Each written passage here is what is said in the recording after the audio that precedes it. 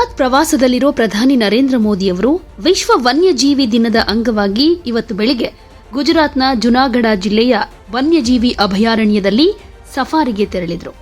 ಇದರ ಬಗ್ಗೆ social media ಖಾತೆ ಎಕ್ಸ್ನಲ್ಲಿ ಪೋಸ್ಟ್ ಮಾಡಿರೋ ಪ್ರಧಾನಿ ಮೋದಿ ನಮ್ಮ ಗ್ರಹದ ಜೀವ ವೈವಿಧ್ಯತೆಯನ್ನು ರಕ್ಷಿಸುವ ಮಹತ್ವವನ್ನು ಒತ್ತಿ ಹೇಳಿದ್ದು, ಪ್ರತಿಯೊಂದು ಪ್ರಭೇದವೂ ನಿರ್ಣಾಯಕ ಪಾತ್ರ ವಹಿಸುತ್ತೆ ಅಂತ ಹೇಳಿದ್ದಾರೆ.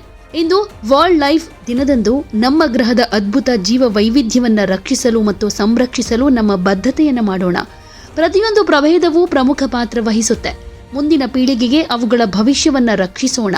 ವನ್ಯಜೀವಿಗಳನ್ನು ಸಂರಕ್ಷಿಸುವ ಮತ್ತು ರಕ್ಷಿಸುವಲ್ಲಿ ಭಾರತದ ಕೊಡುಗೆಗಳ ಬಗ್ಗೆ ನಾವು ಹೆಮ್ಮೆ ಪಡ್ತೀವಿ ಅಂತ ಬರೆದುಕೊಂಡಿದ್ದಾರೆ.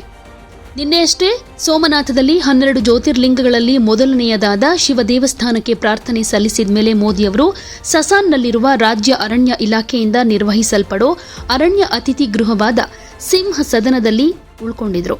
ಸಿಂಹ ಸದನದಿಂದ ಬೆಳಿಗ್ಗೆ ಪ್ರಧಾನಿ ಸಿಂಹ ಸಫಾರಿಗೆ ತೆರಳಿದ್ರು. ಕೆಲವು ಸಚಿವರು ಹಾಗೆ ಹಿರಿಯ ಅರಣ್ಯ ಇಲಾಖೆ ಅಧಿಕಾರಿಗಳು ಕೂಡ ಅವರ ಜೊತೆ ಇದ್ರು.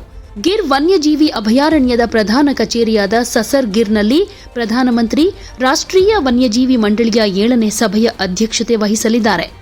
NBWLನಲ್ಲಿ ಸೇನಾ ಮುಖ್ಯಸ್ಥರು, ವಿವಿಧ ರಾಜ್ಯಗಳ ಸದಸ್ಯರು, ಈ ಕ್ಷೇತ್ರದಲ್ಲಿ ಕೆಲಸ ಮಾಡೋ NGOಗಳ ಪ್ರತಿನಿಧಿಗಳು, ಮುಖ್ಯ ವನ್ಯಜೀವಿ ವಾರ್ಡನ್ಗಳು ಮತ್ತು ವಿವಿಧ ರಾಜ್ಯಗಳ ಕಾರ್ಯದರ್ಶಿಗಳು ಸೇರಿದ ಹಾಗೆ 47 ಸದಸ್ಯರು ಇದ್ದಾರೆ.